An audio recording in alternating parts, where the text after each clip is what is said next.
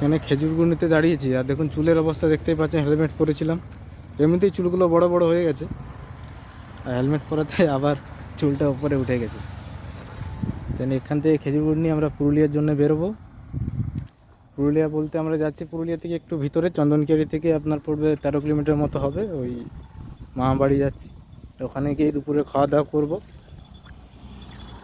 আর এখানে দেখুন খেজুর গাছ চারিদিকে, এদিকে খেজুর তৈরি হচ্ছে, খেজুর গুড় এটা ফুটে ফুটে একদম মরবে, খেজুর গুড় হয়ে যাবে এটা। ওদিকে দিদি খেজুর গুড় নিয়ে আসছে, শেষ হয়ে গেছিলো ডিবাতে। এদিকে ক্যামেরা আমার পরিষ্কার।